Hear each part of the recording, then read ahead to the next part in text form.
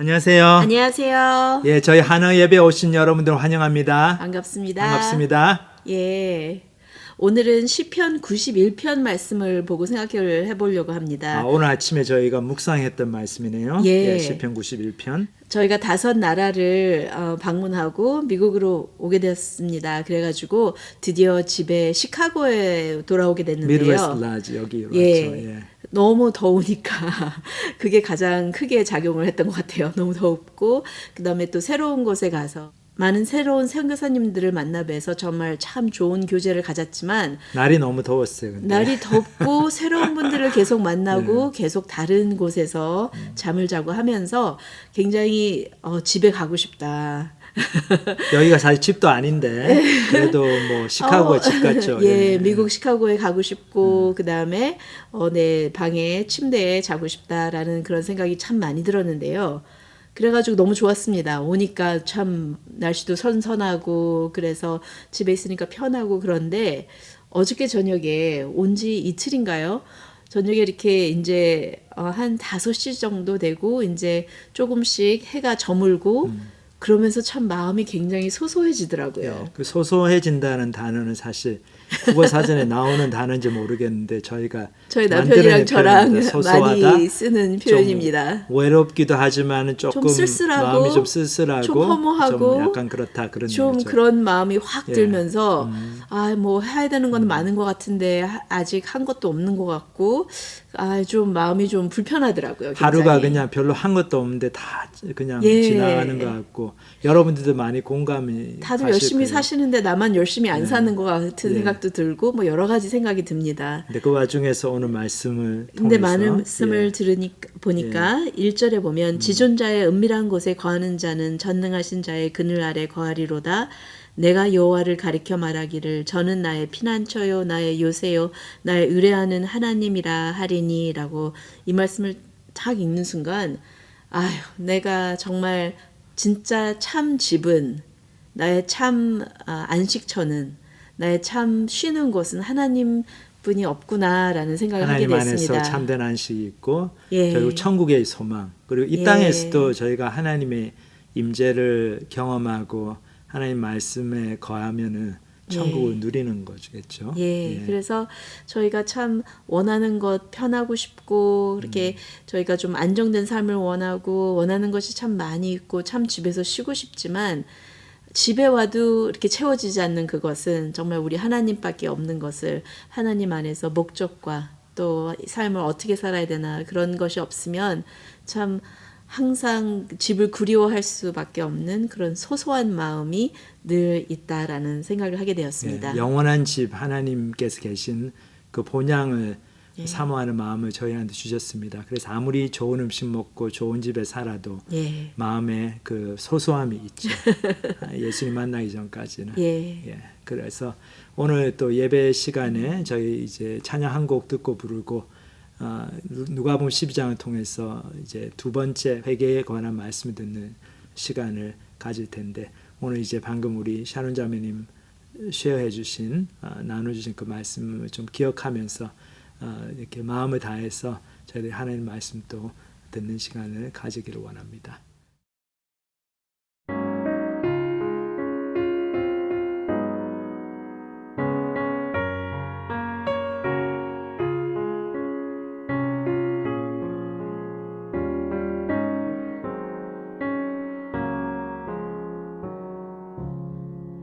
주 예수보다 더 귀한 것은 없네. 이 세상 부귀와 바꿀 수 없네. 영 죽은 내 대신 돌아가신 그 놀라운 사랑 잊지 못해. 세상 즐거움 다 버리고 세상 자랑 나 버렸네. 주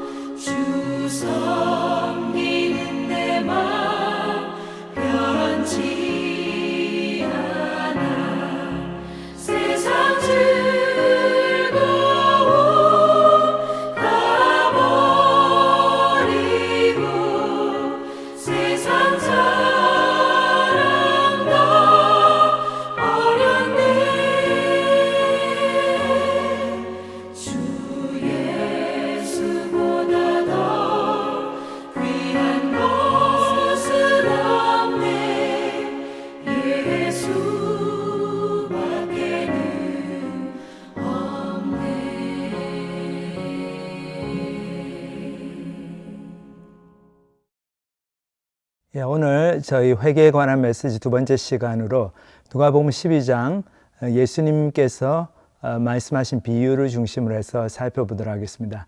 지난주에 이어가지고 오늘도 좀 회개가 왜 이렇게 힘든가, 생각의 변화, 마음의 변화, 이것이 왜 이렇게 힘든가, 그것에 대해서 살펴볼 텐데, 이 변화의 원동력이 되는 것이 많은 경우에 이제 두려움입니다. 근데 이 두려움이, 좋은 두려움이 있으면은 저희들이 변화하고 싶지 않더라도 그 변화를 할 수 있는 원동력이 주어지고, 근데 잘못된 두려움을 갖고 있으면 이제 변화에 대해서 거부감을 갖게 되죠.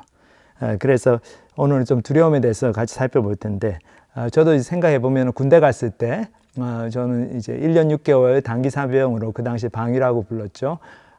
북한에 그 당시 이제 김일성이 못 내려오는 가장 큰 이유가 우리 방위병들이 있어가지고 맨날 도시락 싸들고 이렇게 들어가고 부대에 있다가 나오고 하니까 도대체 저놈들은 이 군인도 아닌 것이, 민간인도 아닌 것이 뭔가 해가지고 북한 인민군들이 굉장히 무서워했다, 그런 전설이 있습니다. 방위들에 관한 전설. 제가 그 방위병 중에 한 사람이었는데 52사단 그에서 단기사병 그 훈련을 받았죠. 4주 동안 받았는데, 여기 지금 사진에서 보이는 것처럼 어디에 제가 있는지 저도 잘 모르겠는데 여기군요. 여기에 제가 있고, 우리 그 이용규 선교사님 또 여기 어디 있습니다. 이 사진이 좀 작아가지고 잘 안 보이는데 아마 여긴 것 같아요. 그래서 이용규 선교사님하고 저하고 훈련소 동기입니다. 예. 그런데 하여튼 저 신병훈련 받을 때 보면은, 야, 처음 이틀이 힘들었죠. 근데 그 이틀 동안의 그 과정을 통해 가지고 이 우리가 민간인이었고 대학생이었고 뭐 사회에서 무엇을 했든지 간에 상관없이 이제는 다 군인이다. 대한민국의 그 국토를 수호하고 국민의 생명과 재산을 보호할 임무가 있는 군인들이다. 그 군인 정신을 확 심어줍니다.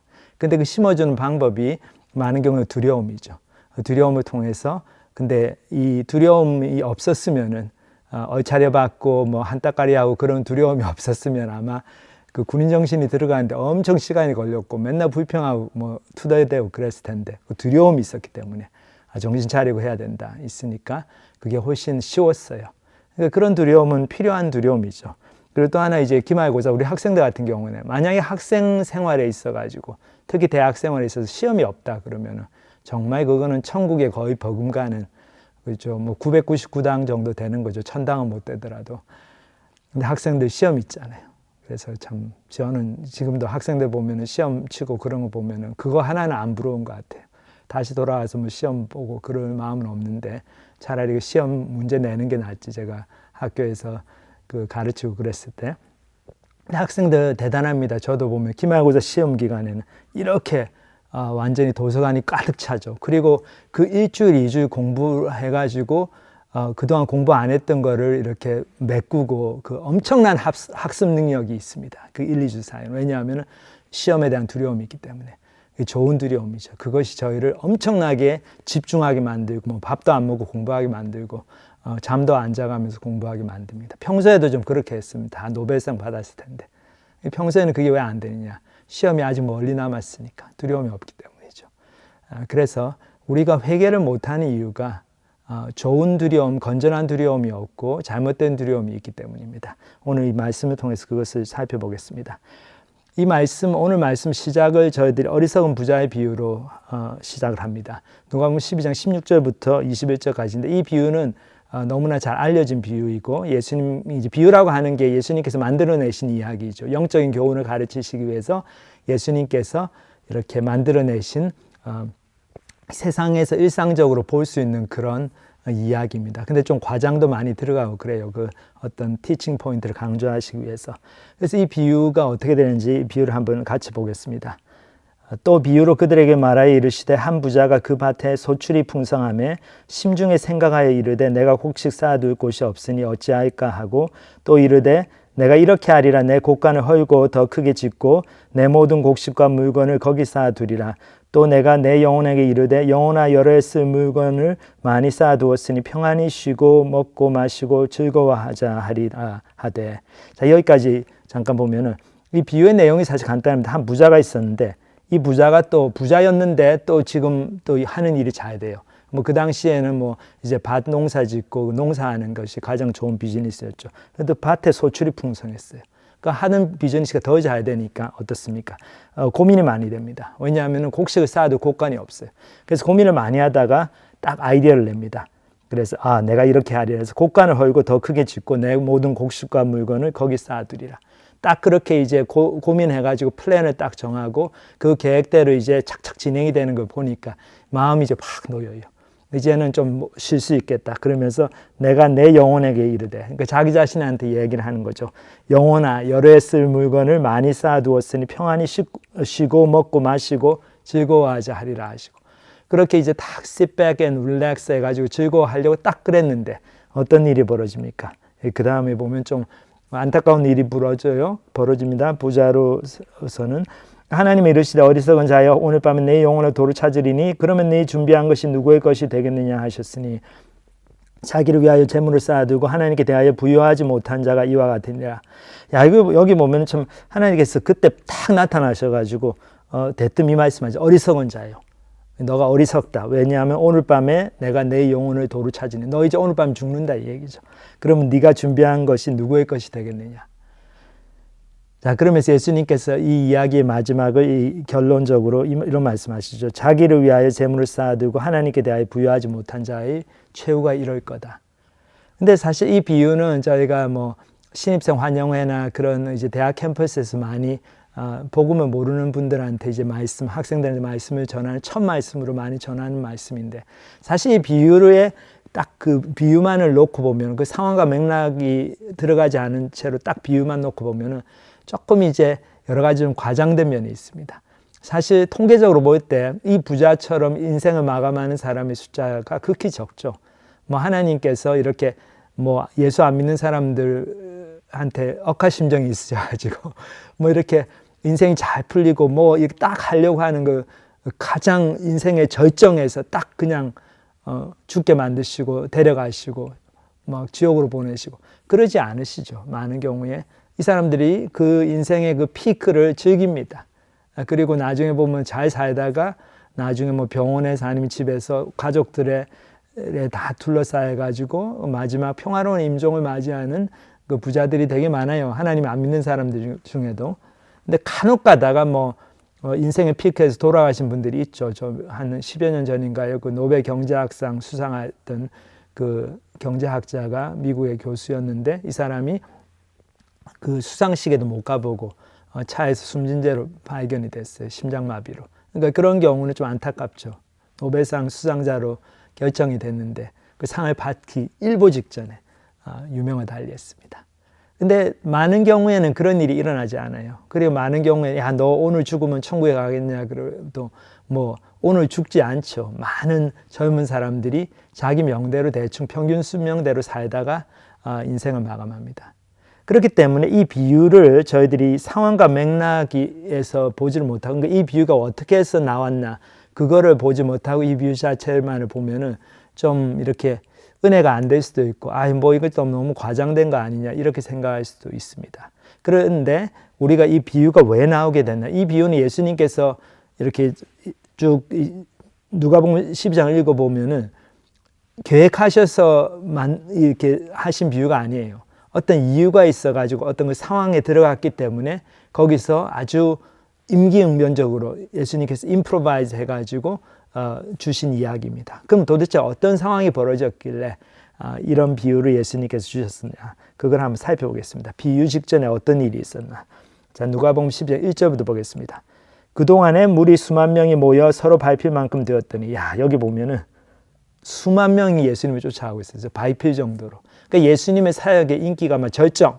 그렇죠. 오늘날 얘기하면 BTS 이상으로 예수님께서 인기가 있으셨습니다.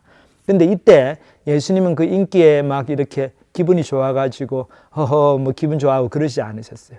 혹시 제자들이 그럴까봐, 혹시 제자들이 막 그냥 뭐 교만해지고 뭐 기분 좋아가지고 그럴까봐 경고의 말씀을 바로 주십니다. 여기 뭐라고 그러십니까? 예수께서 먼저 제자들에게 말씀하여 이르시되 바리새인의 누룩 곧 외식을 주의하라. 감춘 것이 드러나지 않을 것이 없고 숨긴 것이 알려지지 않을 것이 없나니 이러므로 너희가 어두운 데서 말한 모든 것이 광명한 데서 들리고 너희가 골방에서 귀에 대고 말한 것이 지붕 위에서 전파되리라. 바리새인들의 누룩 곧 외식을 주의하라 그러시면서 감추어진 게 다 드러나고 너희가 비밀스럽게 다 한 얘기들, 한 행동들, 그런 것들 다 알려진다. 하나님의 심판이 왔을 때. 그래서 이 외식이라는 단어가 뭔가, 이게 뭐 바깥에 나가서 식사하는 그 외식을 얘기하는 게 아니죠. 한자로 이렇게 씁니다. 이 얘기 뭡니까? 겉만 보기 좋게 꾸미어 드러낸다. 그런 말이죠. 외식. 그러니까 바리새인들의 누룩, 여기 누룩이라고 그랬는데 이 누룩은 바로 효모를 얘기하죠. 그 효모라는 게 어떻습니까?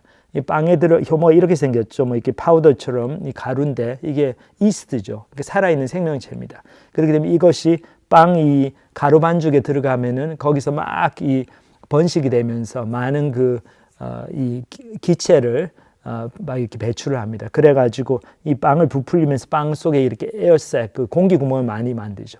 그래서 빵이 원래 그 질량은 그대로 있는데 그냥 부피만 커져가지고 부풀어 보이고 그러면서 빵이 이제 소프트해지고 맛이 있게 되는 거죠. 그 바리새인들의 누룩이다. 예수님께서 그렇게 바리새인들의 위선적인 행동, 겉만 번지르하게 차리는 행동을 그렇게 비유하신 이유가 결국 이제 누룩이 하는 일이 이 빵을 부풀리는 거잖아요. 사실은 내가 요거밖에 안 되는 사람인데 부풀려져 있는 거죠. 겉보기에 훨씬 훌륭한 사람처럼 그렇게 비칠 수 있습니다. 이미지 메이킹을 잘하면, 그렇죠? 요새 말로. 근데 그런 것을 조심하라는 거죠. 그게 누룩과 같다. 그리고 또 하나 누룩의 성격이 굉장히 빨리 전파가 되고 전염성이 있다는 거죠. 그래서 우리도 그거 바리새인들의 그 외식하는 행동을 배워가지고 그렇게 사는 것이 옳은 것이냐, 그런 유혹을 받을 수 있다는 거죠. 결국 그 외식의 근본적인 그 본질은 뭡니까? 사람을 두려워하는 거죠. 위선적인 행동. 내가 속은 실제로 안 그런데 겉으로는 다른 사람한테 잘 보여야 된다는 그런 압력을 받는 거죠. 근데 그 압력이 어디서 옵니까? 사람들의 의견, 나를 다른 사람들이 어떻게 생각할까? 그 다른 사람들의 의견에 나빠질까에 대한 두려움이 있는 거죠. 다른 사람들의 기대를 저버리면 안 된다. 또 다른 사람을 실망시키면 안 된다. 다른 사람들한테 욕먹으면 안 된다. 그런 생각이 있기 때문에 그것이 가장 중요한 삶의 기준이기 때문에 뭐 내가 잘못해서 실수하고 잘못한 일들을 절대로 말하지 않아요. 그러니까 죄 고백이 없게 되죠. 그러니까 뭐 죄를 지은 게 없는데, 그렇죠? 고백하는 죄가 없는데 무슨 회개할 게 뭐가 있습니까? 그렇죠? Change of mind, 마음의 변화, 생각의 변화는 결국 마음과 생각이 내가 그 전에 먹었던 마음과 생각이 잘못되었다는 걸 인정을 할 때, 그때 이제 생각의 변화도 얘기할 수 있는 건데, 뭐 그냥 처음부터 갖고 있는 생각이 괜찮은데 뭐 회개할 게 없는 거죠.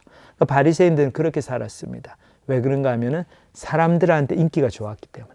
바리새인들이 그 당시 예수님 당시에 그 유대 사회에서 종교 지도자들로 꽤 덕망 있는 그런 지도자들로 존경을 받았습니다. 왜냐하면 율법 열심히 지키고 나름대로 열심히 살았던 사람들이기 때문에. 그렇지만은 이 사람들은 어떻습니까? 사람들한테 존경받고 이렇게 높임을 받는 거에 이렇게 뭐라고 할까요? 그거에 점점 길들여 가지고 그거에 중독이 돼버린 거예요.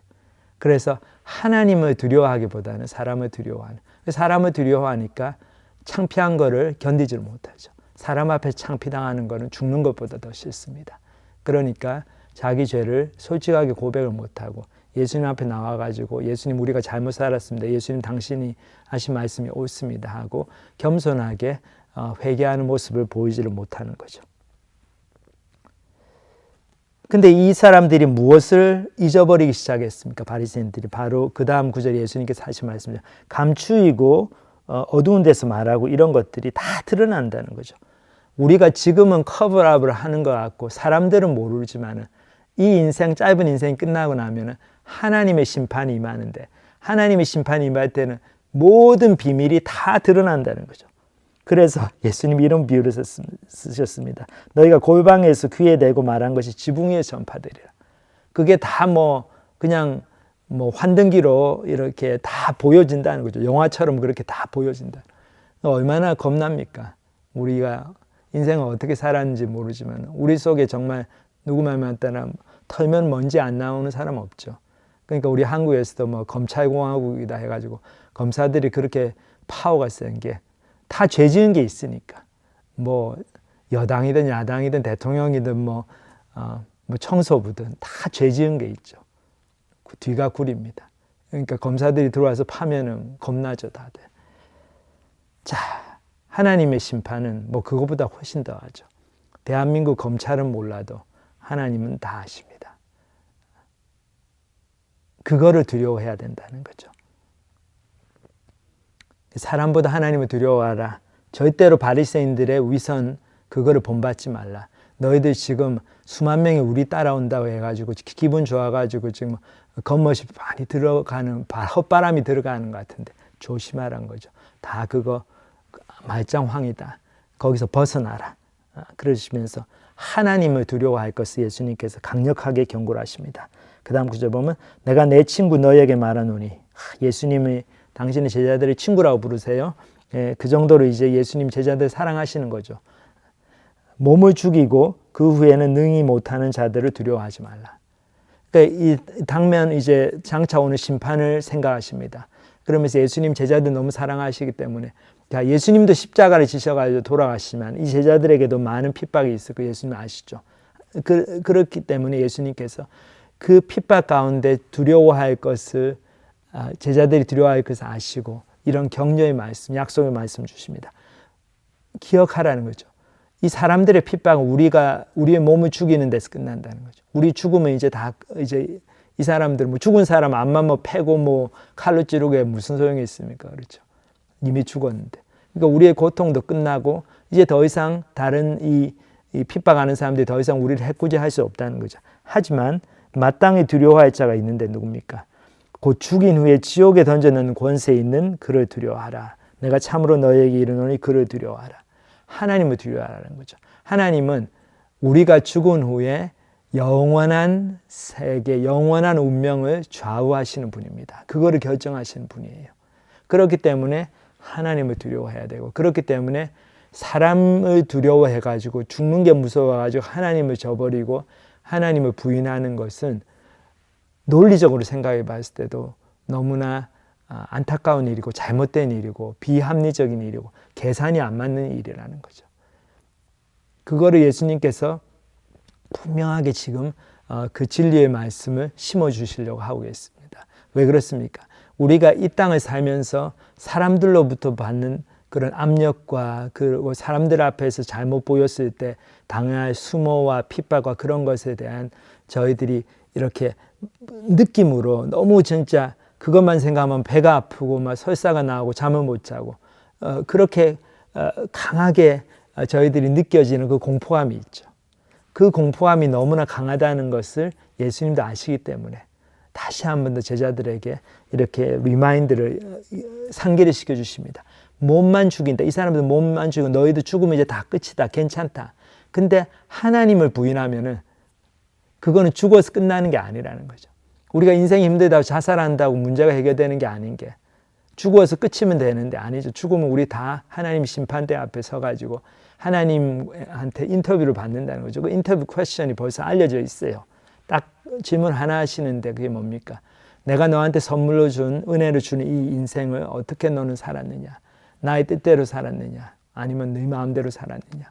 그 말씀, 그 질문 하나 하십니다. 그때 우리의 대답이 어떻게 돼야 되겠습니까? 우리는 그것에 준비가 되어 있습니까? 그거를 두려워하라는 거죠. 다시 한번 예수님께서 아멘 아멘 참으로 너에게 이르노니 그를 두려워하라. 사람보다 하나님 두려워하라. 그러면 회개할 수 있다는 거죠. 그러면서 예수님은 다시 한번 더 또 그 하나님을 두려워할 것을 말씀하시면서 또 하나님의 사랑을 말씀하십니다. 그 두 개를 굉장히 균형 있게 지금 가져가고 계십니다. 그 다음 구절 보면 참새 5마리가 2아사리온에 팔리는 것이 아니냐. 그러나 하나님 앞에는 그 하나도 잊어버리시는 바 되지 아니하는도다. 너희에게는 심지어 머리털까지도 다 세신 바 되었나니 두려워하지 말라. 너희는 많은 참새보다 더 귀하니라. 자, 참새 5마리가 2아사리온, 이제 동전잎, 그 화폐에 다니죠. 이스라엘 백성들. 그렇게 팔리는데 그런 참새들이 이렇게 팔리고 참새들의 운명이 결정되어 하는 것도 하나님의 손 안에 있다는 거죠. 하나님의 주권 안에 있고 하나님이 잊어버리신 게 아니라는 거죠. 그러니 하물며 너희들은 참새보다 훨씬 귀하지 않냐. 하나님의 자녀들 아니냐. 그러니까 두려워하지 말라. 하나님께서 다 책임지신다.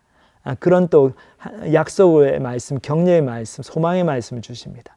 그러니까 한편으로는 하나님의 심판을 두려워하라는 말씀 주시고 건전한 두려움을 주시고, 다른 한편으로는 하나님이 우리 인생을 책임져 주신다. 우리가 핍박자 앞에 섰을 때, 우리가 마지막 죽음의 순간을 맞았을 때, 우리가 너무나 장기간의 고통을 겪어야 됐을 때, 우리 신사참배 거부하신 그 주기철 목사님이 그렇게 기도하신 것처럼 하나님 아버지, 저가 장기간의 고난을 견딜 수 있도록 힘을 달라고 그렇게 산정교회, 자기가 담임 목사로 있었던 그 교회 교인들한테도 마지막으로 4차 투옥이 되기 전에 그런 기도 제목을 냈죠.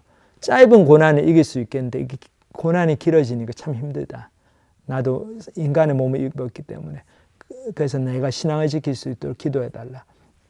여기 마찬가지로 예수님께서도 하나님의 심판에 대한 두려움도 말씀하시고 하나님의 사랑에 대한 그 약속도 말씀하시면서 제자들이 믿음을 지키도록 그렇게 격려를 하십니다. 하나님을 두려워하도록 격려를 하십니다. 자, 그리고 이제 그 다음 구절을 보면 내가 또한 너희에게 말하노니 누구든지 사람 앞에서 나를 시인하면 인자도 하나님의 사람들 앞에서 그를 시인할 것이요. 자, 이 말씀이 뭡니까? 우리의 선택이 되게 중요하다는 걸 말씀하시는 거죠. 너희들이 사람 앞에서 어떻게 하느냐. 자, 사람 앞에서 나를 시인하고 겁먹지 않고 예수 그리스도가 나의 주입니다. 로마 황제의 그 군병들이 와가지고 로마 황제만이 너희의 주지 예수가 너희 주 아니다. 너 그런 소리 한 번만 더 하면 죽여버리겠다. 그렇게 할 때라도 예수님은 부인하지만 예수님은 여전히 나의 주님이시고 나의 하나님이십니다. 그렇게 고백을 해야 된다는 거죠. 그렇게 하면은 인자라는 게 이제 예수님이 자기 자신을 가르치실 때 쓰셨던 말씀이죠. 사람의 아들이라는 뜻인데 하나님의 사자들 앞에서 그 사람을 시인할 것. 하나님 사자들 앞에서 하나님 저 사람 나의 자녀입니다. 내가 피 흘려 값주고 산 영혼입니다. 그렇게 인정해 주신다는 거죠. 근데 우리가 사람 앞에서 무서워가지고 예수님을 부인하면은 하나님의 사자들 앞에서 부인을 당하리라. 그럼 천국에서도 그런 일이 일어난다는 거죠. 누구든지 말로 인자를 거역하면 사하심을 받으려니와 성령을 모독하는 자는 사하심을 받지 못하느니라.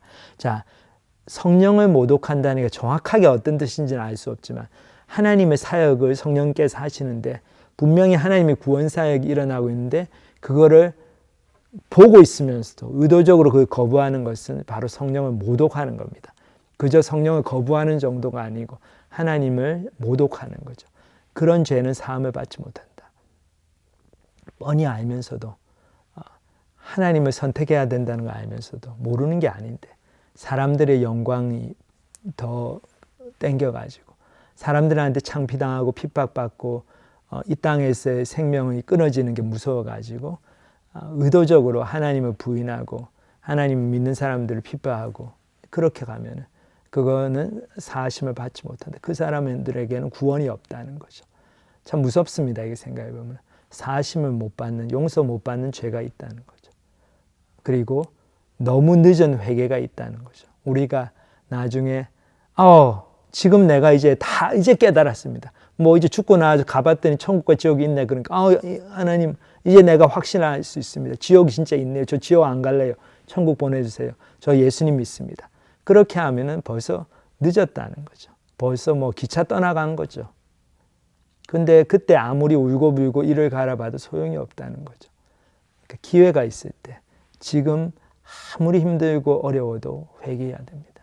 아무리 창피해도 회개해야 됩니다. 왜냐하면 그렇게 해야지 우리가 망하지 않고 지난주에 말씀드린 거죠. 너희가 회개하지 않으면 망하리라. 페리시 한다. 지옥으로 간다는 거죠. 회개하지 않으면 지옥으로 갑니다. 우리 인생이 망합니다. 그렇기 때문에 아무리 힘들고 아무리 창피하고 아무리 핍박이 많아도 회개하고 회개하는 삶을 예수님을 쫓아가는 삶을 이제 끝까지 살아야 됩니다. 우리는 사람 앞에서 하나님 앞에서 사는 삶을 살아야 됩니다. 눈에 보이는 거는 사람이고 눈에 보이는 건 높은 분들이고 눈에 보이는 거는 돈이고 뭐고 해도 그 보이지 않는 하나님이 계시다는 걸 믿고 그 보이지 않는 하나님이 우리 인생을 결정하신다. 영원한 운명을 결정하시는 분이다. 그리고 그 보이지 않는 하나님이 우리와 함께 계시고 우리의 아버지가 되시고 그분의 자녀, 당신의 자녀들을 끝까지 책임지신다는 것. 그 약속을 믿고 저희들이 당당하게 살아가라. 그거를 예수님께서 지금 저희한테 말씀하시고 계십니다. 그래서 우리 선택이 얼마나 중요한가. 우리 옛날에 지금도 제가 기억이 나는데 이 금성사 텔레비 나왔을 때, 이 칼라 텔레비 나오고 그랬을 때 금성 뭐 칼라 TV 하이텍 하면서 순간의 선택이 10년을 좌우합니다. 그런 광고 문구가 있었잖아요. 그러니까 저희도 순간순간의 선택이 내가 회개할 건가 회개 안 할 건가, 내가 내 자존심 부리고 내 죄를 덮고 위선적인 삶을 살 건가, 아니면 지금 좀 창피하고 그러더라도 참 누구 말만 따라 창피한 건 잠깐이고 저 회개의 열매는 영원한 거죠. 그 창피한 거를 딛고 극복하고 하나님 앞에서 내가 양심의 꺼리낌이 없이 그렇게 살 건가, 그 선택이 바로 영혼을 좌우합니다. 텔레비 사는 거는, 칼라 텔레비 사는 거는 10년을 좌우했지만 이 선택은 영혼을 좌우합니다. 참 우리 한국 교회에 하나님께서 많은 축복을 주셨어요. 한국이란 나라에. 제가 지난주에도 말씀드렸지만 그 5개국을 돌아보고 이렇게 와보니까 정말 한강의 기적이 왜 기적인가 그거를 경험하게 되고 정말 마음으로 깨닫게 되는 것 같아요. 어떻게 이렇게 대한민국이 그렇게 못 살던 나라, 1962년에만 해도 전 세계 129개 국가 중에서 119등이었어요. 1년 그 국민소득이 72불. 제일 꼴찌가 인디아였고, 그 다음에 북한이 뭐 80몇 불에 한국보다 훨씬 잘 살았고, 필리핀 같은 나라면 4배나 더 잘 살았고 그랬는데, 제가 필리핀 가보니까 야, 참 너무 나라 정말 허술하더라고요. 그리고 서울 가보니까 차이 많이 나고. 근데 왜 하나님께서 우리나라를 단순히 물질적인 것뿐만 아니라 영적으로 축복하셨는가 보면은 1907년에 그 대부흥 운동이 있었죠. 1907년 그 평양 그렇죠? 대부흥 운동. 이 운동은 기독교 선교 역사에도 나오는 기독교의 그런 여러 가지 그 영적인 그 부흥 운동이 있었는데 그 중에 하나로서 기록이 될 만큼 대단한 운동이었어요. 평양시가 온 시가 회개하고, 근데 그게 어떻게 시작이 됐습니까? 선교사들이 몇 명이 모여가지고 성령님의 이끌림에 의해 가지고 너희들 기도해라. 그래서 그 기도 모임을 시작하고, 근데 그 당시 한국에서 가장 대표적인 교회였던 평양 산정형 교회에서 그 기도 모임을 이어받아 가지고 교인들이 모여서 기도했죠. 근데 주일날 저녁에 기도하는데 하나님께서, 성령님께서 강권적으로 역사하셔가지고 그 교회의 기둥 장로였던 길선주 장로님이 벌떡 일어나서 눈물을 흘리시면서 회개를 하시죠. 내가 이렇게 큰 죄를 오랫동안 지었습니다. 수없는 죄를 회개하셨습니다. 교인들 헌금한 거를 다 뒤로 자기 유익을 위해서 유용을 하고 있었어요. 아무도 몰랐죠. 이분 워낙 존경받는 그런 신앙의 위인이셨기 때문에, 교회 장로님이시고 다 믿었죠. 근데 이 사람이 그렇게 뒤로는 그런 일을 하고 있었어요. 그러니까 이건 누가 창피해서 얘기합니까? 절대 얘기 안 할 건데 성령님이 터치하시니까 이분이 하나님의 두려움, 하나님의 심판에 대한 두려움을 느껴가지고 벌벌벌 떨면서 다 얘기를 하시. 근데 길선주 장로님이 그렇게 딱 자기의 숨겨진 죄를 고백하시니까요. 그 다음부터 다른 분들, 집사님들, 뭐 장로들 다 나와서 죄를 고백하는데 그 고백하는 모습을 본 그 기도회에 있었던 선교사님들의 보고를 의하면 마치 지옥의 문을 열어놓은 것 같았다. 그런 표현을 썼어요. 너무나 많은 추악한 죄들이 다 고백이 되고 회개가 되고 온 교인이 다 회개하고 한 사람씩 나와가지고 회개하고 울고 하나님 앞에서 같이 기도하고 용서를 구하고. 그래서 그 기도 모임이 원래 밤 10시에 끝날 건데 그 다음날 뭐 오후까지 그냥 밤새도록 그 다음날 아침까지 계속이 되었습니다. 그것이 바로 평양 대부흥 운동의 기폭제가 됐어요. 시작이 되었습니다. 그래서 우리 교회의 부흥 또 개인의 부흥도 다 이렇게 우리의 숨겨진 죄를 회개하고 우리의 양심이 하나님의 그 심판, 하나님의 엄위하신 존재의 그 임재의 두려움에 맞닥뜨려져 가지고 우리의 양심이 그 하나님의 엄위한 존재에 의해서 컨빅트돼 가지고 그거를 그 양심이 반응을 보여서 거기에 무서워서 그 두려움 때문에 고백을 하는 거죠. 맨정신으로 절대 못할 건데 이것이 바로 하나님의 두려움, 하나님을 두려워하는 사람들의 축복입니다. 복받은 사람이죠. 정말로 하나님을 두려워하는 사람들. 그래서 우리가 하나님을 정말 두려워하고 그런 삶을 살 때 다시 또 예수님께서 계속 주시는 약속이죠. 사람이 너희를 회당이나 위정자나 권세 있는 자 앞에 끌고 가거든 어떻게 무엇으로 대답하며 무엇으로 말할까 염려하지 말라. 마땅히 할 말을 성령이 곧 그때에 너희에게 가르치시리라 하시니라. 그래서 이렇게 높은 사람 앞에 끌려가가지고 말해야 될 때 무슨 말을 할까 겁이 나가지고 나 말 못하면 어떡하나 혹시 예수님 부인하면 어떡하나 걱정하지 말라는 거예요. 그거 염려해가지고 지금부터 기도하고 준비하는 사람 그렇게 사는 사람은 회개하는 생활을 사는 사람은 성령님께서 함께 해주시고 감당할 힘을 주신다. 바로 그 말씀이죠. 자 이렇게 예수님께서 하나님의 심판의 두려움과 하나님의 그 사랑과 성령님의 임재의 약속을 함께 말씀하시면서 이런 귀한 말씀을 심각한 말씀을 주시는데 그때 누가 딱 질문을 합니다. 손을 들고 그 다음 구절을 보면 무리 중에 한 사람이 이르되 선생님 내 형을 명하여 유산을 나와 나누게 하소서 하니. 그러니까 처음에 누가 손을 들고 질문을 하니까 예수님이 아마 굉장히 격려가 되셨을 거다. 이렇게 이제 이 사람들이 이제 내 가르침에 이제 주의를 기울이고 열심히 들어가지고 이제 질문까지 하는구나. 근데 질문의 내용이 어떻습니까? 너무나 낙심이 되는 질문이죠. 예수님 입장에서는. 선생님 너무 훌륭하신 분인데 지금 우리 형이 우리 부모님 유산을 다 가지고 나르려고 그럽니다. 그래서 우리 집에 오셔서 좀 도와주세요. 유산 상속 문제 좀 우리 선생님께서 해결해 주세요. 그 당시 유대 랍비들이 이런 재산의 분규 이런 문제들을 중재자로 나서서 해결해 주고 또 그랬던 것 같아요. 그러니까 이 사람은 그냥 앉아가지고 예수님 설교를 듣는 게 아니죠.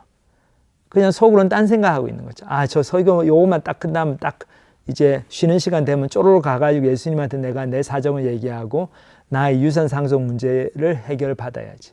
얼마나 많은 교인들이 오늘날 그렇게 설교를 듣는지 모릅니다. 설교 들어와서 앉아 있는데 하나님의 심판, 회개, 마지막 날에 대한 경고 이런 말씀 들으면 다 딴 생각하고 그런 거에 대한 두려움 그리고 그 말씀을 들으면서 나는 정말 준비가 됐는가 좀 생각해보고 집에 가서 좀 밥도 덜 먹고 잠도 좀 못 자가면서 고민해보고 이런 게 없고 그렇죠? 그 말씀은 그 말씀이고 그 말씀을 듣지를 않고 다른 생각하고 있어요. 그렇게 다른 생각하고 있으니까 한번 말씀을 들어도 말씀이 들어오질 않는 거죠. 자, 예수님께서 이 질문을 한 사람에게 이런 반응을 보이십니다. 이르시되 이 사람아 누가 나를 너희의 재판장이나 물건 나누는 자로 세웠느냐 하시고 그들에게 이르시되 삼가 모든 탐심을 물리치라. 삼가 모든 탐심을 물리치라. 이 탐심이 우리의 회개를 막습니다. 이 탐심 때문에 우리가 사람들의 인기를 누리려고 하고 사람들의 평판에 좌지우지되고 사람들을 두려워하게 됩니다. 그런데 예수님 뭐라고 하십니까? 사람의 생명이 그 소유에 넉넉한 데 있지 아니하리라 하고. 자, 예수님이 하신 말씀입니다. 예수님이 이 세상 사는 사람들의 가치관하고 완전히 반대되는 그런 명제를 던지십니다. 예수님께서 진리 명제를 얘기하시죠. 사람의 생명이 그 소유에 넉넉한 데 있지 아니하리라. 자, 이 말씀이 참입니까? 거짓입니까? 그거에 따라 가지고 우리의 삶이 완전히 바뀌고 그거에 따라서 우리가 회개할 수 있는가 없는가 결정이 됩니다. 그러면서 예수님께서 비유로 이 주신 게 바로 어리석은 부자의 비유입니다. 그러니까 이제 좀 이 비유가 이해가 되죠. 이 비유가 그냥 나온 비유가 아니죠. 너무나 탐심에 찌들려 가지고 너무나 세상적으로 사는데 그냥 사람들 비위 맞추고 그래 가지고 돈 많이 벌고 인기 누리고 그런 거에 쪄들어 있는 이 사람들을 예수님께서 정말 이렇게 좀 깨우시기 위해 가지고 이런 황당한 비유, 굉장히 익스트림한 좀 극단적인 비유를 드신 거죠. 이 부자가 너무 일이 잘 풀리고 근데 이 부자는 자기 영혼한테도 막 그냥 다시 한번 읽겠습니다. 제가 또 비유로 그들에게 말해 이르시되 한 부자가 그 밭에 소출이 풍성하며 심중에 생각하여 이르되 내가 곡식 쌓아둘 곳이 없으니 어찌하리까 하고 또 이르되 내가 이렇게 하리라 내 곡간을 헐고 더 크게 짓고 내 모든 곡식과 물건을 거기 쌓아두리라. 이런 거 고민하느라고 그렇죠. 교회 가서 앉아 있어도 심판이니 나중에 지옥이니 천국이니 회개해야 됩니다. 그런 얘기가 들어오질 않죠. 끝나고 나가요. 지금 내가 저기 이 집사님하고 좀 사업 얘기 좀 해야 되는데 또 끝나고 나서 목사님한테 좀 상담도 좀 받아야 되는데 어떻게 하면은 좀 우리 아들 좀 잘 다스려 가지고 공부 좀 제대로 하게 해가 대학 가게 하는 거. 그런 것에 다 쏠려 있는 거죠. 세상적인 거, 물질적인 거. 그러면서 그렇게 하면은 그런 물질적인 그런 풍요가 자기의 영혼의 필요까지 채워줄 거라고 지금 믿고 있습니다. 그래서 내가 내 영혼에게 이르되 영혼아 열에 쓸 물건을 많이 쌓아두었으니 평안히 쉬고 먹고 마시고 즐거워하자 하리라. 영혼에게도 물질적인 필요가 다라고 생각하는 삶을 살고 있습니다. 근데 그 뒤에 하나님은 뭐라고 하십니까? 어리석은 자여 하시죠.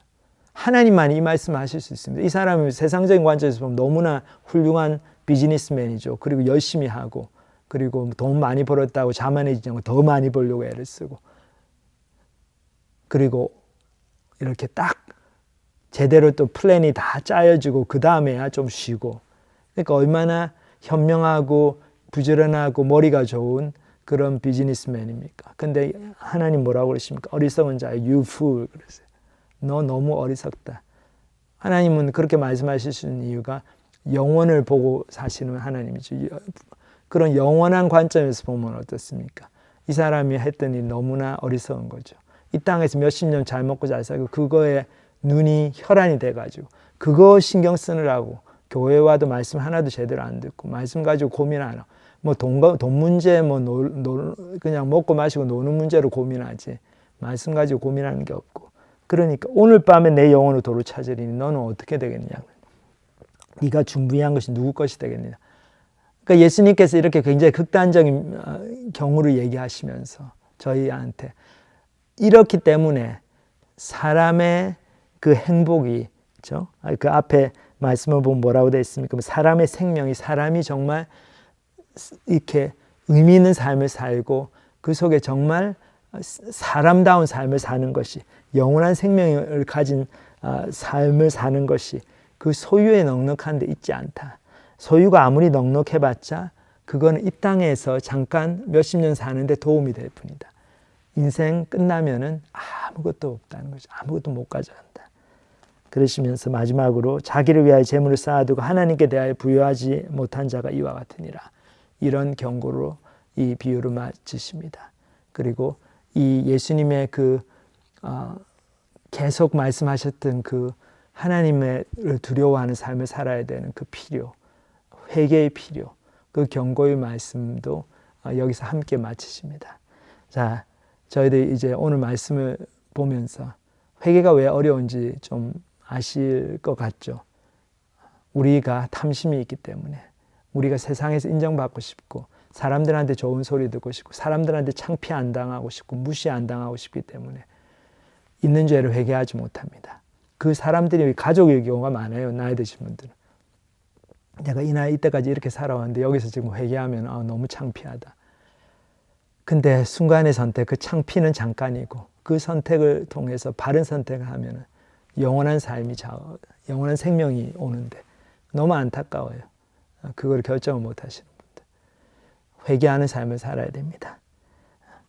왜냐하면 그렇게 할 때 저희들이 하나님께 대하여 부유해지는 삶을 사는 것입니다. 그렇게 할 때 하나님의 눈에 듭니다. 그렇게 할 때 하나님이 인정해 주시는 사람이 됩니다. 그렇게 할 때 하나님의 자녀가 되고 그렇게 할 때 우리가 하나님이 주시는 사명을 감당하는 그런 삶을 살게 됩니다. 그래서 하나님을 두려워하는 마음이 회개의 동력이다. 요새 이렇게 뭐 중국이나 미국에서 이런 그 의류 브랜드가 유행이더라고요. Essentials, Fear of God. 근데 참 이 브랜드가 말이 되는 것 같아요. 우리의 삶의 에센셜이 바로 하나님을 두려워하는 것이 되어야 됩니다. 하나님을 두려워하면 그 두려움이 많으면 저희들이 회개하게 되죠. 겁이 나서 하나님이 겁이 나서 회개하게 됩니다. 너무 회개하기 싫지만 너무 창피하지만 하나님의 심판이 무서우니까 회개하게 되고 하나님 심판이 무서우니까 그래도 아무도 안 보지만 나쁜 짓 좀 덜 하게 됩니다. 많이는 안 하게 돼요. 하나님 정말 두려워하십니까?